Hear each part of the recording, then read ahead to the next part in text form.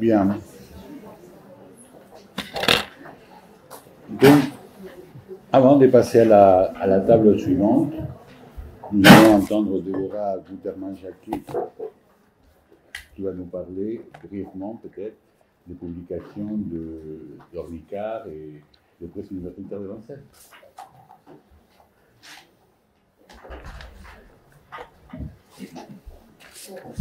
Extrêmement brièvement, une invitation à lire plutôt qu'une présentation du travail éditorial auquel le département participe parce que des collègues dont je fais partie sont engagés.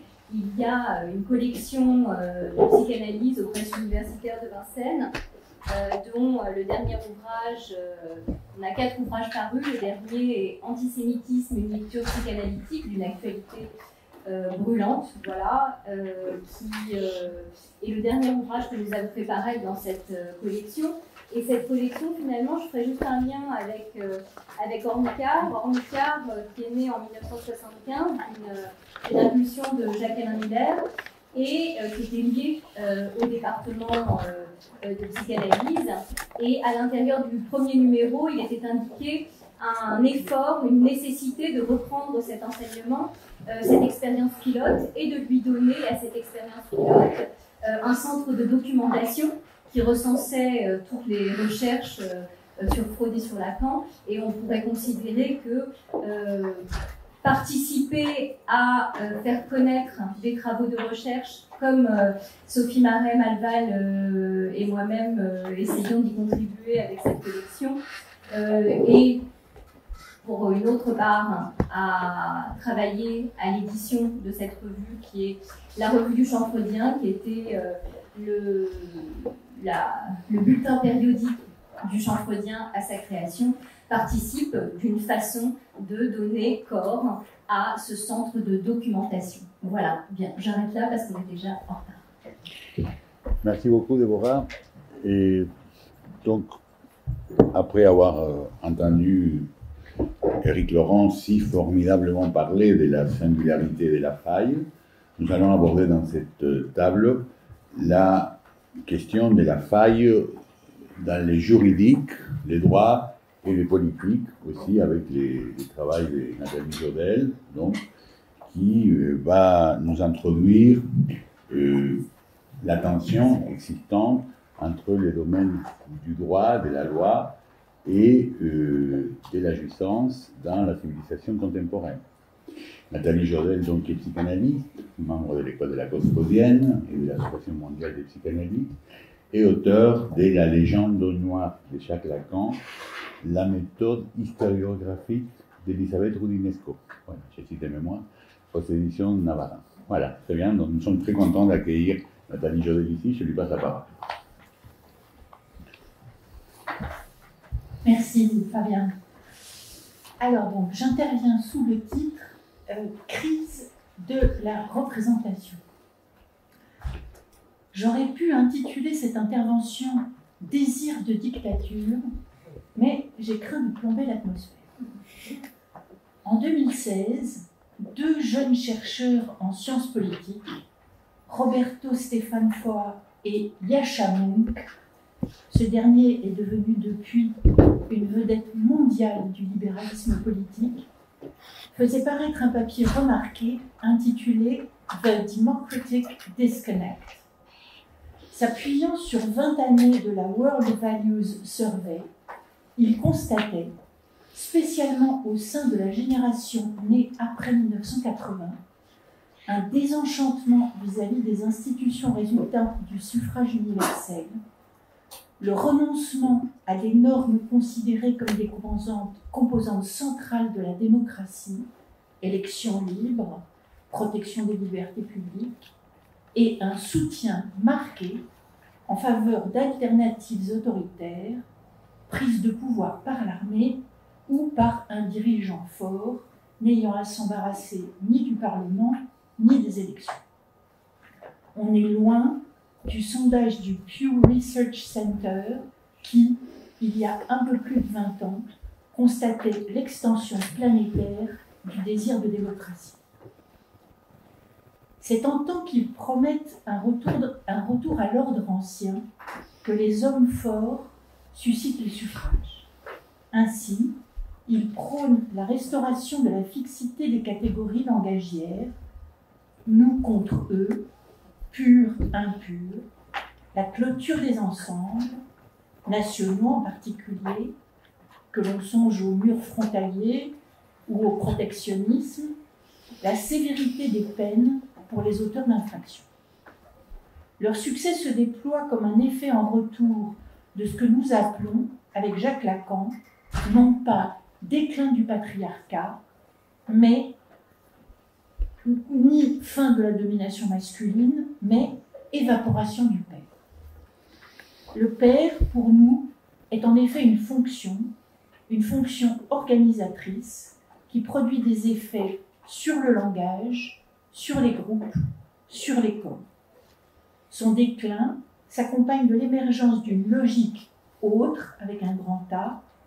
Celles et ceux ici qui sont familiers de l'enseignement de Lacan comprendront qu'elle a des affinités avec le féminin, dont les effets peuvent se résumer ainsi. Du point de vue du langage, les binaires signifiants du passé tendent à entrer en continuité. Les catégories vacillent, s'hybrident. On peut penser bien sûr à la paire homme-femme, avec l'émergence des revendications non binaires, mais puisque nous parlons droit, songez par exemple que les régimes politiques sont désormais placés sur un spectre. Aux dictatures du passé tendent à se substituer une vaste gamme de régimes, rejetant la prééminence des droits de l'homme et la primauté du droit, à la fois sur le pouvoir politique et la souveraineté populaire, soit de la légalité sur la légitimité. La démocratie électorale n'est plus synonyme de séparation des pouvoirs, ni d'extension des libertés constitutionnelles. S'y ajoute la diffusion du libéralisme non démocratique, des agences administratives indépendantes à l'ONU, en passant par les institutions de l'Union européenne, à l'exception du Parlement. Par exemple, pour ne citer qu'elle, l'autorité des marchés financiers n'est soumise absolument à aucun contrôle parlementaire. De même, dans le domaine du droit stricto sensu, l'œuvre de purification de la modernité juridique, qui opposait aussi strictement que possible le fait au droit, le public au privé, le droit étatique au droit international et le droit lui-même aussi bien à la morale qu'à la politique, se corrompt. Tant le continuum que l'horizontalité y progresse. Le droit, lui aussi, tend à devenir transnational, transculturel, transcatégoriel. La logique pyramidale de la hiérarchie des normes fut théorisée, et nous en avons un spécialiste à cette table, fut théorisée par le juriste hongrois Hans Kelsen au début du XXe siècle. Les normes, émanant d'une source unique, strictement hiérarchisée et de plus en plus nombreuses à chaque niveau, sont réparties en catégories étanches opposées deux à deux, formant une pyramide. Cette logique se voit concurrencée par celle horizontale du réseau du droit ou réseau de juges. Le droit perd sa dimension de contrainte, Kelsen encore, avec la naissance d'instruments juridiques à statut incertain, avis consultatifs, recommandations, code de conduite. Ces outils modifient ou orientent les comportements, mais sans créer par eux-mêmes de droits ou d'obligations. Là où le droit agissait par prescription, ordre et interdiction, désormais, il incite, il recommande, il oriente. Bref, il perd sa force normative. On assiste donc, dans le domaine juridique aussi, à un foisonnement d'hybrides. Des termes tels que archipel, rhizome, polycentricité, structuration réticulaire, soft law, le droit souple, se répandent dans les écrits de théorie du droit. Donc ça, c'était l'effet de ce que nous appelons la fonction paternelle dans le domaine du langage et qui tend donc à se dissoudre. Dans le domaine des groupes, les ensembles clos d'éléments homogènes et hiérarchisés, pensez aux partis politiques ou aux syndicats, laisse la place à des séries ouvertes et horizontales d'éléments désassortis. Ainsi, la plupart des mouvements sociaux de ces dernières années, d'Occupy aux Gilets jaunes et bien entendu MeToo ou Black Lives Matter, sont des mouvements ouverts, sans leader, sans processus d'adhésion formalisé. Ils se déploient sur un mode horizontal et viral, sans faire naître de communautés closes et organisées. Enfin, troisième élément qui est impacté par ce que nous appelons évaporation du père, la manière dont les sujets se rapportent à leur corps a évolué. Les névroses, dont le ressort reposait sur l'interdit et sa transgression, laissent place aux pathologies de l'action empêchée ou de l'excès. L'ilimitation, la jouissance effrénée prospère. Enfin et surtout, c'est désormais à leur corps que les sujets demandent raison de leur être, bien plus qu'à la tradition transmise ou aux prescriptions de quelque autorité que ce soit. C'est sur les affects qui viennent à leur corps qu'ils se repèrent pour s'orienter. Le monde devient gut-based. C'est Trump qui disait que son gut lui disait souvent beaucoup plus de choses intéressantes que le cerveau de la plupart des gens. C'est sur fond de l'angoisse et du refus massif que suscite l'émergence de cette logique nouvelle, que l'on peut appeler féminisation du monde, que les leaders nationaux populistes et les fondamentalistes religieux prospèrent. Paradoxalement, les radicaux qui font profession d'abattre le système s'inscrivent à leur insu dans un processus semblable de restauration des catégories et des groupes étanches. Si j'ai employé dans mon titre le terme de crise de la représentation au pluriel, c'est parce que celle qui se manifeste au niveau démocratique, la préférence des sujets contemporains pour l'incarnation à la représentation. Rappelons-nous par exemple que les Gilets jaunes qui ont voulu se proclamer représentants du mouvement ont tous reçu instantanément des menaces de mort, se double d'une crise qu'on pourrait appeler de la représentation subjective, il en a été question tout à l'heure. Le sujet de la psychanalyse, ce sujet que Lacan introduit comme troisième terme entre l'individuel et le collectif lorsqu'il dit « le collectif n'est rien d'autre que le sujet de l'individuel », n'est pas l'individu ni le citoyen. Là où l'individuel est la plus petite unité d'un troupeau, soit l'indivisible, le sujet lacanien est le contraire, il est le divisé. Et c'est le vide qui le caractérise. Pour pouvoir se déplacer sur la scène du monde, en tant qu'individu ou en tant que citoyen, il doit se faire représenter. Par quoi? Par un signifiant auprès d'un autre. C'est cette opération que nous nommons identification. Et si l'on parle dans notre champ de père du nom, comme une version du nom du père, c'est parce qu'une des fonctions de ce que nous appelons opérateur père consistait à détenir le pouvoir de nommer, soit d'assigner au sujet des signifiants auxquels il pouvait s'identifier, mettre ces signifiants en tant que le sujet appelé à se ranger dessous leur était aliéné. Nom propre qui vous inscrit dans une filiation, nom d'un groupe d'appartenance, qu'il soit national, ethnique, confessionnel ou social, nom de pathologie mentale, comme on l'a vu tout à l'heure. Une identité s'y attachait. Elle vous était décernée, difficile d'y échapper, mais quel confort! Car si l'on admet que le sujet est ponctuel et évanouissant, il s'identifie parce qu'il est en mal d'identité. Conformément à la logique symbolique, cette fonction de nomination opère par voie de séparation entre des paires contrastées deux à deux, constituant des ensembles fermés, cohérents, dotés de limites. Or, cette fonction de nomination s'est évaporée elle aussi, ou plus exactement, elle a perdu son pouvoir discriminant. La garantie de la fixité des catégories s'est envolée. Résultat, les identités fuient et les sujets revendiquent le droit de se nommer eux-mêmes ou bien de voir reconnaître et juridiquement protéger leur singularité défiant toute catégorisation possible, sans lien à leur origine ou même à leur anatomie. Ce n'est plus par l'autre du langage qu'ils se voient décerner les prédicats qui désignent leur être, c'est à l'autre de leur corps jouissant qu'ils s'adressent pour se nommer. Ce que Jacques-Alain Miller a appelé dico, la revendication des sujets contemporains de pouvoir affirmer « je suis ce que je dis », est au fondement de l'identity politics. Mais, paradoxalement, la logique qui sous-tend cette démarche va elle aussi dans le sens de tenter de faire consister des communautés fermées, rassemblées autour d'un trait de différence.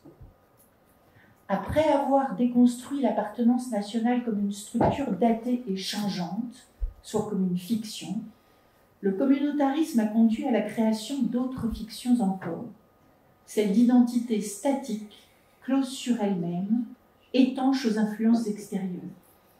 La tyrannie de la majorité se déplace au sein des minorités pour réduire les déviances au nom de l'authenticité. La sous-division des groupes qui en résulte conduit à la balkanisation des questions identitaires et à la généralisation des mouvements d'exclusion, où celles et ceux qui ne crient pas à l'appropriation culturelle crient à l'appropriation raciale, à l'appropriation anatomique, à l'appropriation de genre.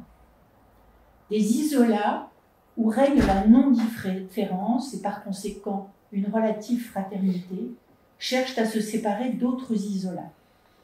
Tout signifiant, tout mode de jouissance est susceptible de produire un isolat. Mais, en raison de la logique des ensembles, cette clôture sur du même ne peut être obtenue qu'en érigeant des barrières et en expulsant des éléments pour les placer en position d'exception. La fragmentation croît, tout comme la logique des ghettos. Et je vais peut-être vous choquer, mais une partie du féminisme contemporain, en réclamant d'instituer les femmes en communauté, s'inscrit dans cette démarche. Non seulement nie-t-il la logique féminine du patou qui empêche qui se dit femme de constituer un ensemble clos, comme le notait Éric Laurent lors d'un récent congrès de l'AMP, qui plus est, il fait des hommes un ensemble distinct et opposé, dès lors, il les désigne comme ennemis. Comme le montre Pascal Horry, les nations occidentales se retrouvent prises en tenaille entre les tenants d'une souveraineté illimitée du peuple, qui prône la dictature de la majorité, et ceux d'une radicalité qui, au nom des exigences des minorités, rejette le caractère déceptif des régimes démocratiques qui impliquent que chacun renonce à une partie de ses idées.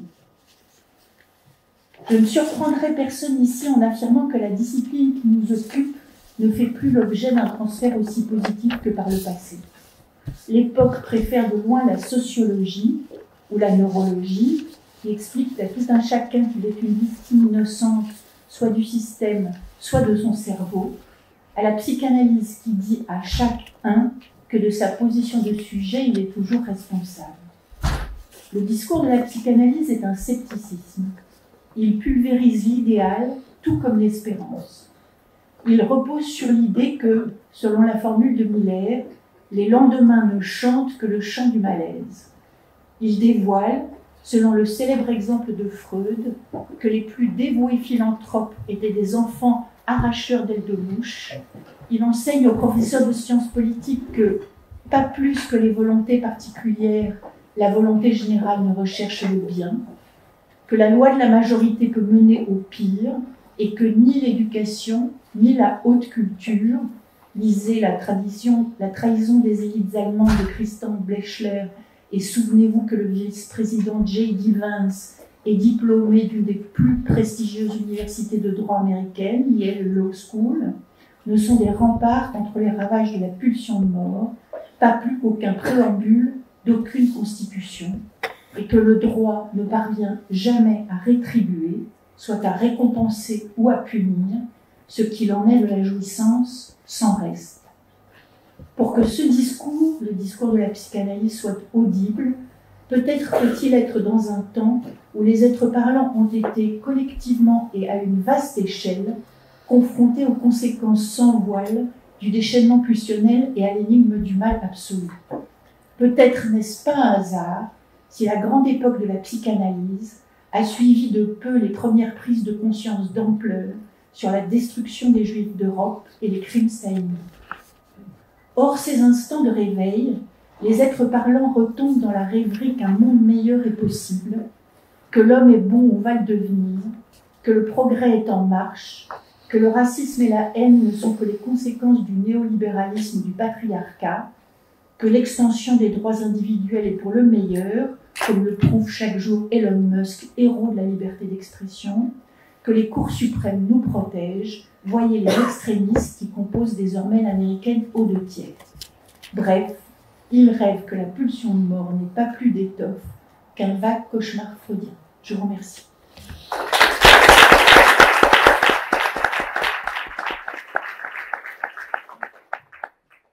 Merci beaucoup Nathalie.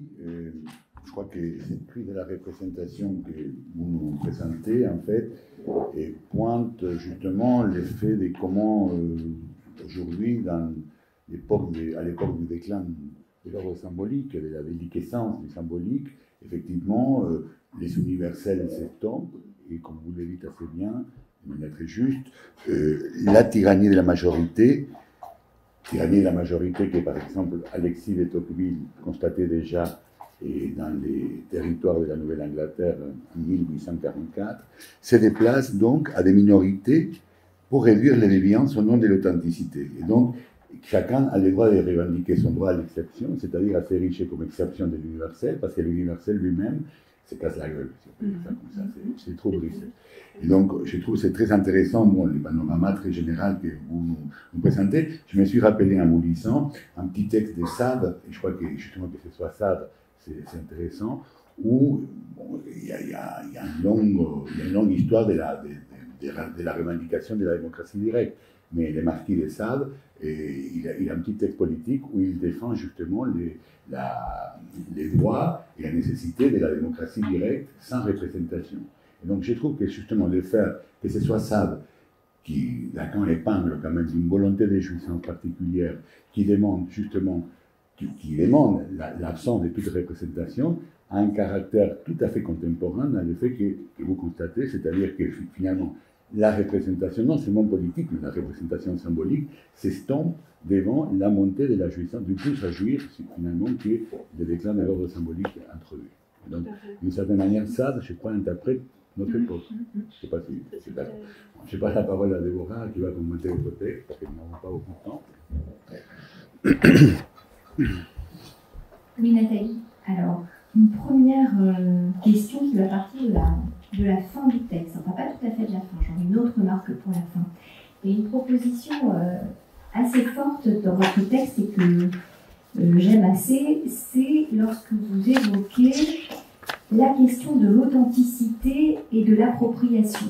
Quand vous dites que la théorie de la majorité se déplace au sein des minorités pour réduire les déviances au nom de l'authenticité et que les questions identitaires, finalement, se résolvent ou en tout cas se cristallisent dans la dimension de l'appropriation. Et je me suis demandé si finalement, aujourd'hui, il n'y avait pas une nouvelle dialectique de l'être et de l'avoir qui serait celle de l'authenticité et de l'appropriation. En tout cas, qu'on avait en lieu et place, puisque vous avez opposé beaucoup un temps et un régime à un autre plus contemporain, à l'être et à l'avoir, la revendication d'authenticité et l'appropriation. Et ça m'est apparu comme une proposition voilà, intéressante. Peut-être vous laisser répondre à ça, puis après...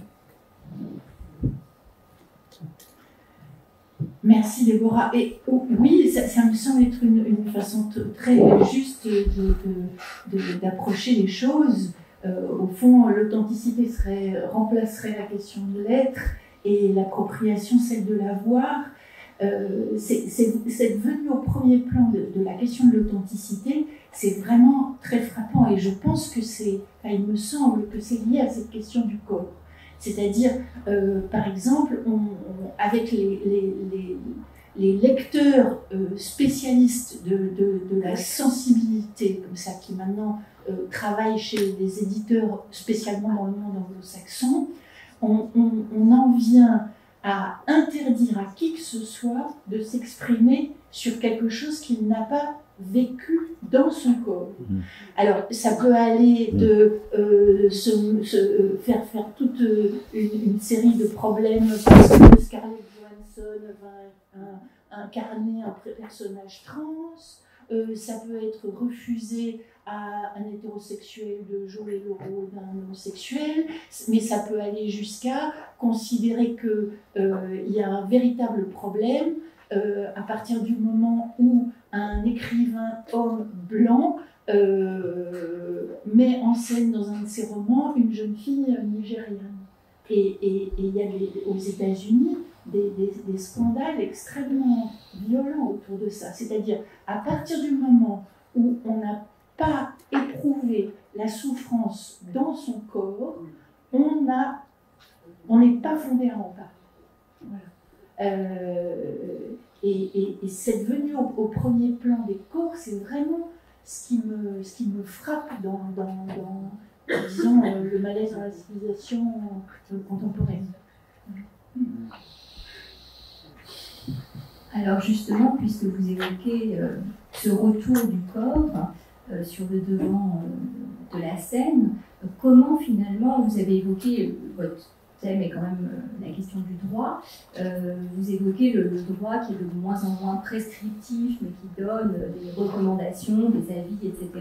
Il y a aussi de plus en plus quand même d'appels au droit pour réguler la jouissance. Alors certes, pas sans perte, comme vous dites, mais on appelle désormais, on fait appel au droit, qui légifère de plus en plus, alors jusqu'à ce que finalement les lois n'aient peut-être plus la même teneur ou la même valeur, mais on fait de plus en plus appel au droit quand même pour tenter justement d'aller de nommer quelque chose de justement ce qui se passe au niveau du corps ou au niveau de la jouissance. Et, c'est extrêmement juste. Je ne saurais pas. C'est une question à laquelle il faudrait que je réfléchisse un peu plus avant de pouvoir y répondre de manière plus pensée. Mais une chose est sûre, c'est qu'on a l'illusion que tout de la jouissance pourrait être résorbé dans la loi. Par exemple, cette histoire dans le domaine du viol, cette histoire de savoir s'il faut ou non inscrire la question du consentement dans le droit français, ce qui va sûrement résoudre un certain nombre de difficultés, mais qui va en poser d'autres, parce que les cas singuliers ne se laissent jamais complètement absorbés par le droit. Je veux dire, d'une certaine manière, c'est peut-être un des points communs entre le droit et la psychanalyse, c'est que les juges ont toujours affaire à des cas ultra singuliers. Et même, peut-être François Brunet pourra nous en parler tout à l'heure, les cas sur lesquels les magistrats tranchent et dictent des règles un peu générales sont toujours des cas qui sont extrêmement complexes et précis. Je pense à cette décision du Conseil d'État sur la dame dont le mari était décédé, elle voulait pouvoir utiliser son sperme, mais les hôpitaux de Paris refusaient. Mais le cas lui-même est très compliqué. C'est un cas classique, c'est une classique. Voilà.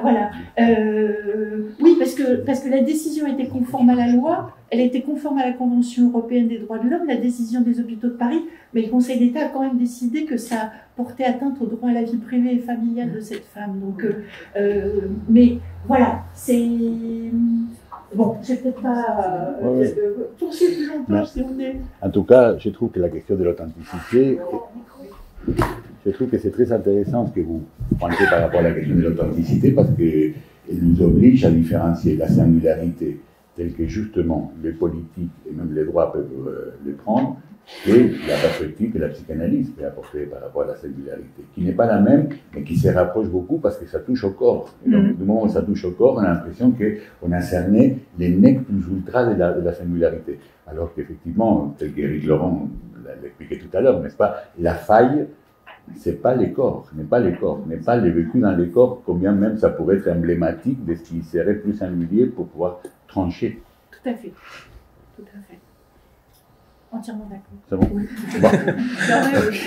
Bon, alors, puisque effectivement nous abordons là, je trouve très intéressant comment cette table permet justement de partager la question du singulier et du particulier, parce qu'il va être question de ça, je trouve, dans les textes que François Brunet va nous apporter. Donc je lui passe tout de suite la parole. François Brunet est donc membre de l'école de la cause freudienne et de l'Association mondiale de psychanalyse, non, de l'école de la cause freudienne, pas encore de l'Association mondiale de psychanalyse, et professeur de droit donc à l'Université de Tours. Il va nous parler donc des revendications égalitaires et règles communes, et je crois, enfin c'est déjà une question que je vais poser, que son texte permet justement de différencier encore sous un autre angle la question du particulier et du singulier au niveau de la loi, au niveau du droit. Merci beaucoup François d'être venu nous parler de ça, je vous passe la parole. Merci beaucoup. Oui, j'aurais pu intituler mon intervention en hommage à Frank Capra, Mrs. Smith Goes to Washington. Monsieur Smith au Sénat, mais là en l'occurrence c'est Washington, c'est la Cour suprême des États-Unis. Madame Laurie Smith, donc, qui vit dans le Colorado, envisage de se lancer dans un business de confection de sites web pour la célébration de mariage. Mais parce qu'elle est chrétienne évangélique, elle considère que le mariage entre personnes de même sexe est faux. Et si son business est ouvert au public, elle préfère pour autant ne pas créer de site web pour promouvoir un mariage homosexuel. Or, son État, le Colorado, s'est doté, comme beaucoup d'autres États, aux États-Unis, mais dans le monde, d'une législation en matière d'égalité ou de non-discrimination, qui notamment interdit à tous les services au public, en anglais Public Accommodations, de discriminer. D'ailleurs, quand ça s'adresse au public, interdiction de discriminer, particulièrement en raison de l'orientation sexuelle. Laurie Smith peut-elle être exonérée de l'obligation de respecter cette législation du Colorado en matière d'égalité, au motif qu'elle objecte à l'authenticité du mariage homosexuel? C'est à cette question épineuse que la Cour suprême des États-Unis a répondu dans un arrêt 303 Creative, aussi attendu que redouté. Il faut reconnaître en tout cas que malgré les incertitudes sur sa portée exacte, c'est là peut-être on touche à la question de la jurisprudence, on parle d'un cas particulier, toute la question de savoir en quoi ça fait droit pour tous, en quelque sorte.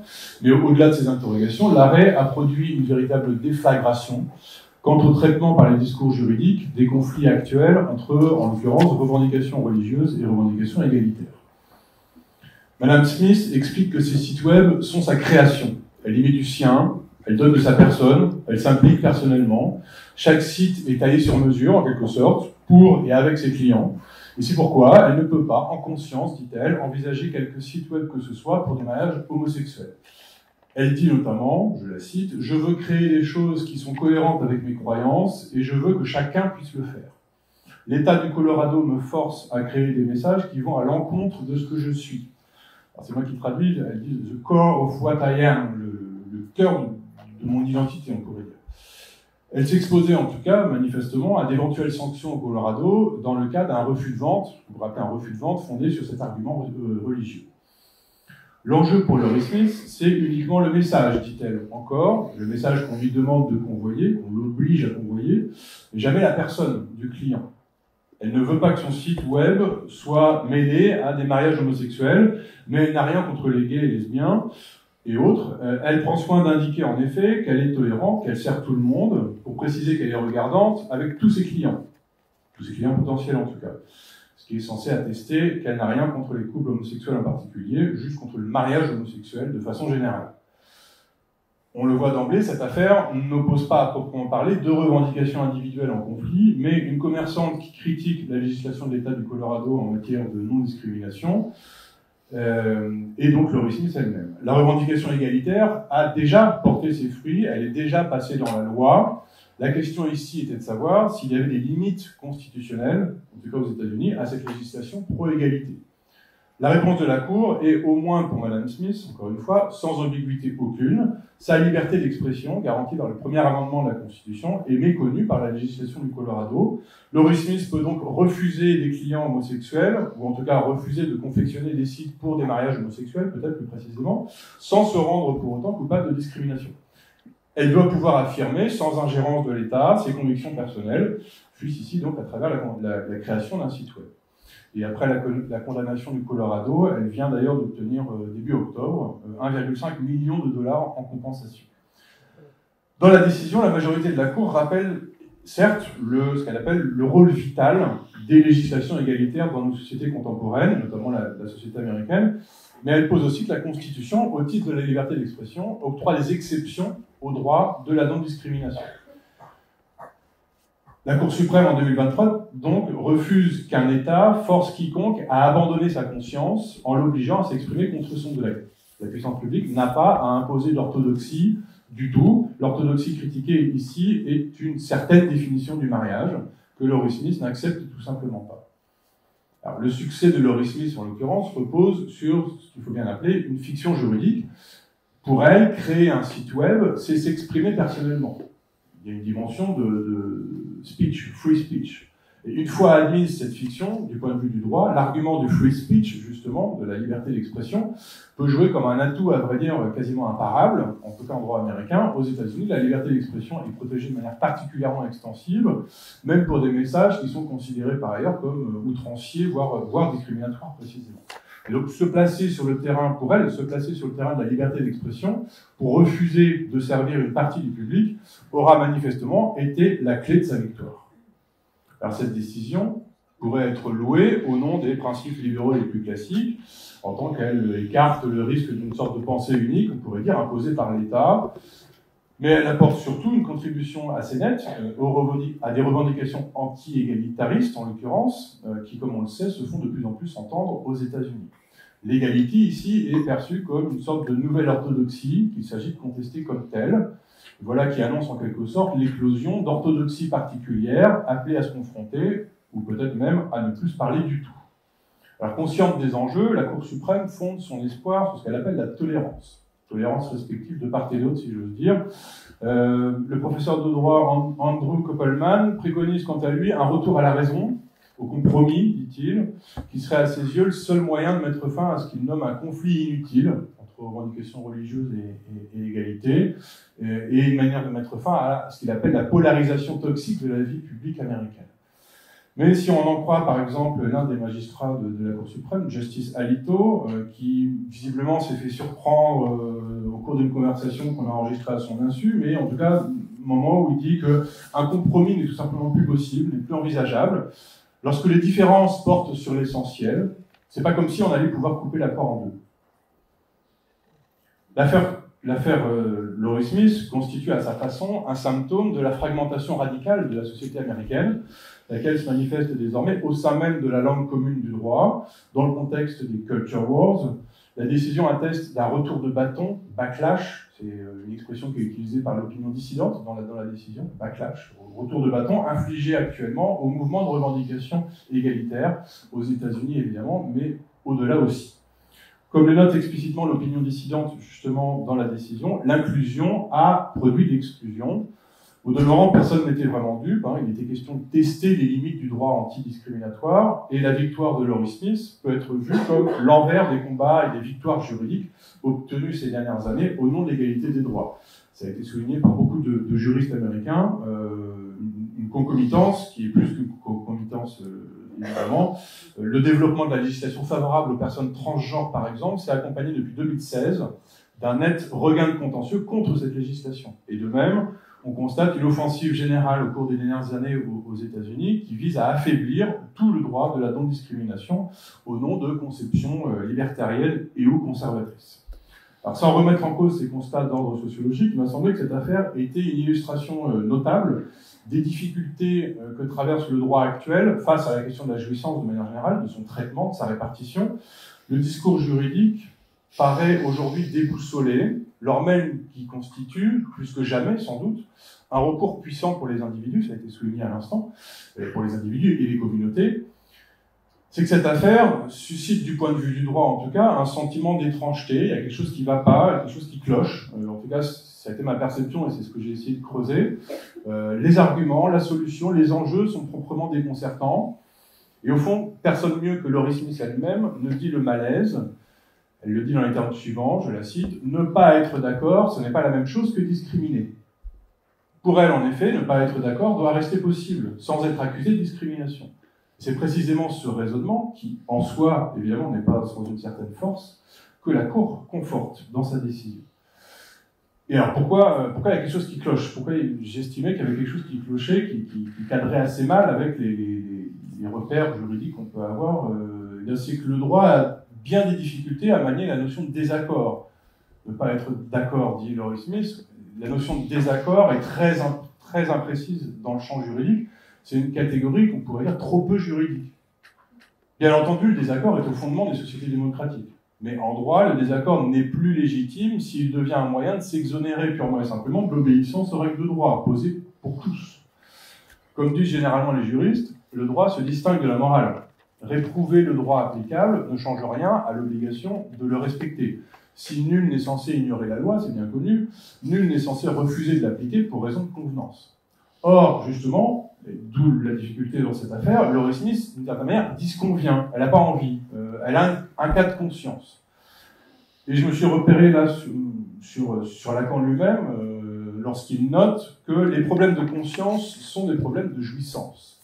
L'intimité, l'identité qu'elle invoque n'est rien d'autre que le nom d'un mode de jouir particulier, alors peut-être justement pas singulier, mais particulier, revendiqué ici aux fins de s'exonérer du respect de la législation pour tous du Colorado. De certaine manière, elle n'a pas envie de céder sur son mode de jouir, ou en tout cas sur le mode de jouir collectif auquel elle s'identifie.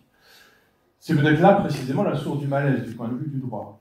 L'affaire et la décision est un pas majeur dans le sens de la reconnaissance au sein même du droit d'une prétention qui est susceptible de le miner de l'intérieur.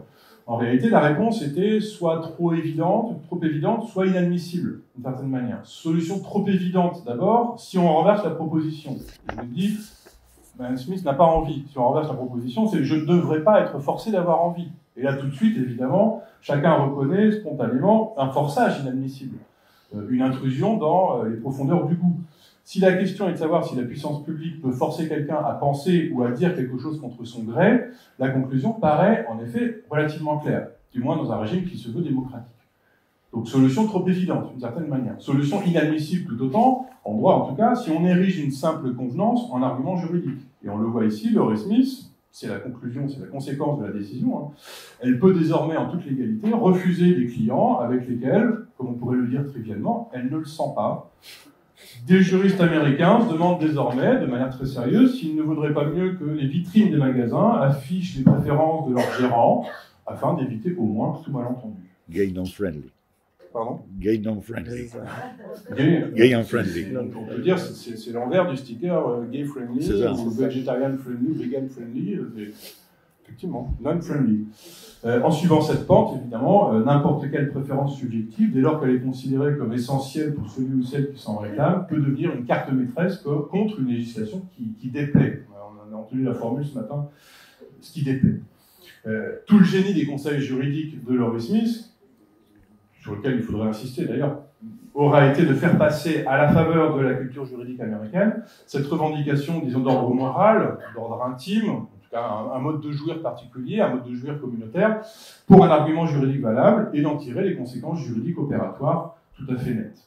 Cette façon de faire jouer un droit fondamental, un droit individuel fondamental contre une loi, évidemment, s'explique là aussi par la structure fédérale des États-Unis, qui permet justement qu'une règle constitutionnelle fédérale, au niveau fédéral, puisse supplanter une législation fédérée. Mais il faut bien être attentif au fait que les débats autour de cette affaire montrent aussi à quel point, par exemple, le Civil Rights Act, qui est une législation fédérale adoptée dans les années 60, qui est une des grandes législations nées des mouvements de contestation et des revendications égalitaires aux États-Unis, même le Civil Rights Act, donc législation fédérale, n'a toujours pas été digéré et qu'il pourrait être menacé, comme par ailleurs aujourd'hui a été menacé très clairement, par exemple, le droit à l'avortement. L'affaire pose enfin, et peut-être surtout, la question du statut réservé au principe d'égalité et à la conjonction entre la loi et l'universel, c'est-à-dire à l'idée que la loi moderne, on pourrait dire, est la même pour tous. Malgré ou à cause de son officialisation juridique, l'égalité des droits et l'égalité devant la loi ne font pas ou ne font plus consensus. Si cela met en péril la fonction universelle du droit, il faut bien reconnaître aussi que cet universel n'a déjà plus vraiment cours. Laurie Smith témoigne d'une sorte de deuil de l'harmonie, de la règle commune en matière de mode de jouir. Il est seulement question pour elle que la langue commune du droit garantisse à chaque mode de jouissance particulier le respect. Le respect, évidemment, à entendre aussi mettre en respect le laisser loin. Ce qui se trame, c'est donc la constitution de communautés de jouissance sans horizon commun, sans idéal quelconque.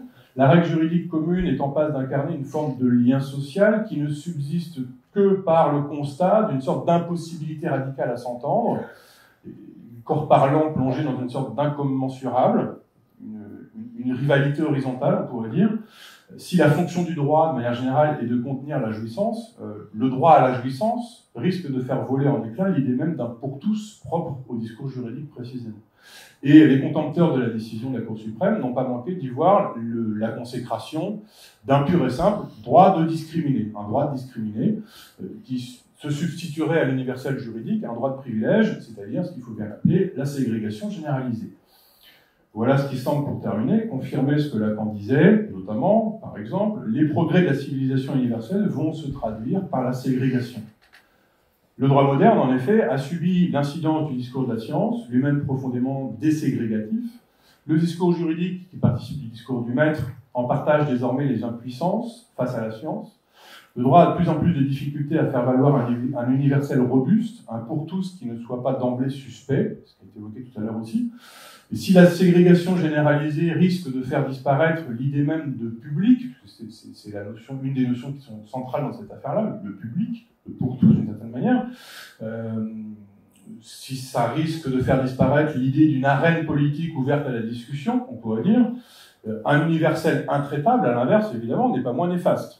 Comme le note également Lacan, dans une formule qui m'a fait beaucoup travailler, le refus de la ségrégation est naturellement au principe du camp de concentration. En tout cas, une chose est sûre, c'est que les rapports juridiques contemporains ne laissent de témoigner à leur manière du non-rapport sexuel. Merci beaucoup.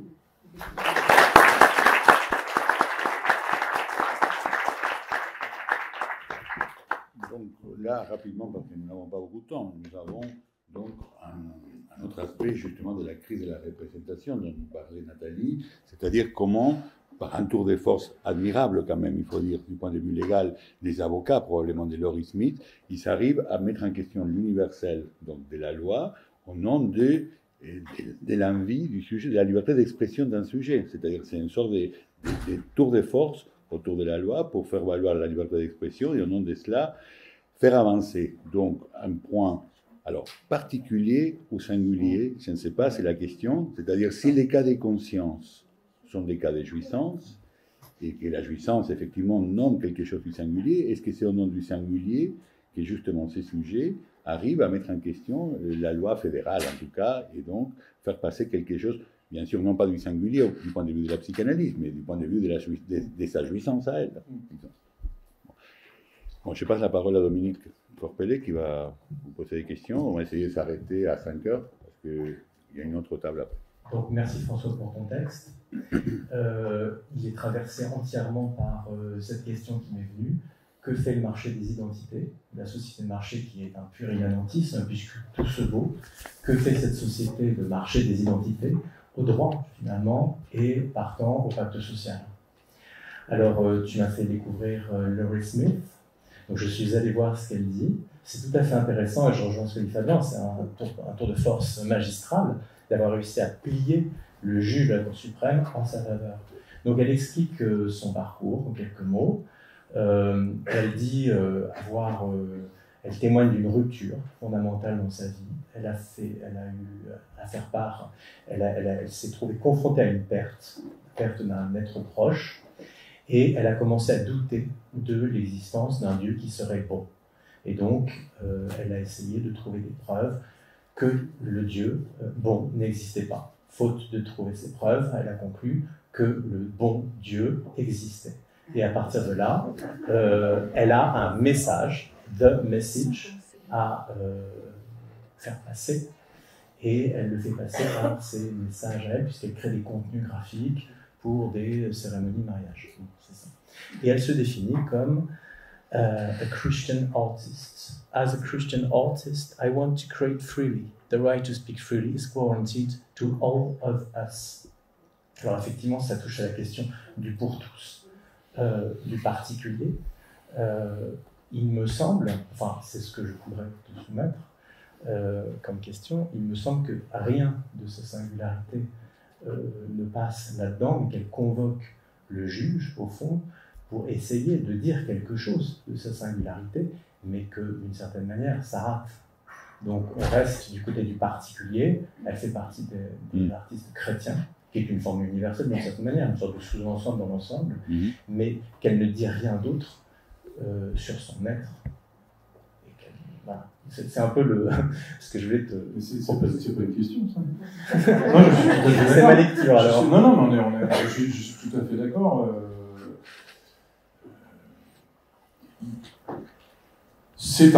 On peut appeler ça un mode de jouir particulier qu'elle a cherché à faire introduire dans le droit, particulier au sens de communautaire, on pourrait dire, enfin lié à la conviction religieuse, etc.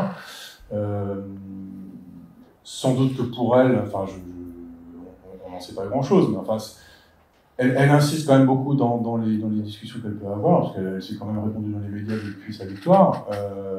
Elle insiste beaucoup sur son combat personnel, intime. Enfin, elle dit même à un moment donné, j'ai noté ça, puisqu'on parle de jouissance, there is joy in persecution. Elle estime qu'elle a été persécutée par l'État du Colorado et qu'il y a de la jouissance dans la persécution. Et là, elle parle d'elle-même. Enfin, elle parle pas de sa communauté religieuse. Donc, évidemment, ça échappe. De toute façon, ça a toujours échappé au droit, la question de la jouissance au sens de la psychanalyse, je crois. Mais on voit bien qu'il y a une tentative de faire en sorte que le droit attrape ça sans y arriver et sans jamais y arriver, sans doute. Alors, est-ce qu'on peut considérer que cette affaire 303 est un précédent? Constitue un précédent? Est-ce que c'est ton point d'accroche, finalement, ton point de départ? C'est toute la question, je ne suis pas juriste américain, mais c'est toute la question. En tout cas, il y a des décisions qui posent des règles qui sont larges. Et donc oui, c'est un précédent, ne serait-ce que parce que la décision a été rendue à une majorité quand même importante, 6 contre 3. Donc oui, c'est un précédent dans ce sens-là. La question, c'est ensuite, c'est quand même, il faut quand même un certain nombre de conditions. Il faut que ce soit l'activité soit considérée comme public accommodation, c'est-à-dire que ce soit lié au public, ce qui pose des questions en droit américain très complexes, mais par exemple une boutique juive, etc., qui d'emblée s'est construite sur une sorte d'identité, on ne peut pas évidemment non plus la forcer, si je veux dire, à servir des clients non juifs ou à servir en tout cas des produits, par exemple, avec des croix gammées, etc. Ça, évidemment, aux États-Unis, ça n'a jamais été admis. Donc, il faut que ce soit public accommodation, il faut qu'il y ait le lien avec cette notion de public, justement, une sorte d'universel là, de ce point de vue-là. Première chose, et puis on sent dans la jurisprudence, enfin dans la décision de la Cour, qu'il faut une revendication extrêmement sérieuse quand même. Mais ce qui est impressionnant, c'est comment cette affaire, ce qui est impressionnant, je trouve, même impressionnant, c'est comment cette affaire arrive à trouer finalement le droit. Parce que finalement, au nom de l'authenticité, je reprends les termes de Nathalie ici, c'est-à-dire, c'est ma liberté d'expression, free speech, elle peut effectivement mettre en question l'application d'une loi. Enfin, c'est quand même, du point de vue juridique, je ne sais pas qu'est-ce que vous pouvez nous dire, mais je trouve que c'est quand même la portée très importante, non, très large. Oui, c'est pour ça que j'ai interrogé la valeur de précédent de l'affaire. C'est toutes les questions qu'on puisse poser à la suite, c'est qu'est-ce qui est de l'ordre du free speech? Là, en l'occurrence, créer un site web, c'est regardé comme une expression. Mais la question s'est posée de savoir est-ce que faire un bouquet, par exemple, confectionner un bouquet, ça peut être considéré comme relevant de la liberté d'expression également. En quoi le fleuriste s'implique dans la confection du bouquet, et si c'est le cas, en tout cas à un certain degré, en tout cas, ce sera considéré comme du free speech. Et auquel cas, comme je l'ai dit, c'est une carte maître, c'est vraiment un joker, la liberté d'expression de ce point de vue-là. Ensuite, il y a vraiment un strict scrutiny, comme ils disent, donc les revendications de l'État contre cette liberté d'expression sont extrêmement contrôlées par la Cour, et il y a assez peu de chances de succès de faire prévaloir les arguments de l'État contre la liberté d'expression. Il n'y a pas eu des précédents dans la loi, par exemple? Il y a eu beaucoup de précédents qui ressemblent d'une manière ou d'une autre à cette affaire-là, mais jamais à ce point, à cette manière de dire Laurie Smith peut discriminer. Elle peut refuser des clients sur une base qui est, en l'occurrence religieuse, On sent qu'il y a un pas qui a été franchi. Oui, donc ça va faire jurisprudence, et finalement on peut même considérer que c'est la porte ouverte à une restriction généralisée du champ d'application de la loi. Peut-être. Enfin, c'est quand même un des le risques. risque. C'est un des risques. C'est un des risques. Enfin, le juge suprême est embarrassé parce que dans une note de ton texte, le juge de la Cour suprême dit « The First Amendment envisions the United States as a rich and complex place where all the persons are free to think and speak as they wish, not as the government demands. » Mais oui, donc demand, c'est du côté de l'exigence, l'insupportable de ce que demande la loi fédérale au regard du free speech garanti par le premier amendement. Donc ça dit quelque chose de la société américaine. Si, tout à fait. Bon, bravo, merci beaucoup, très intéressant. Merci,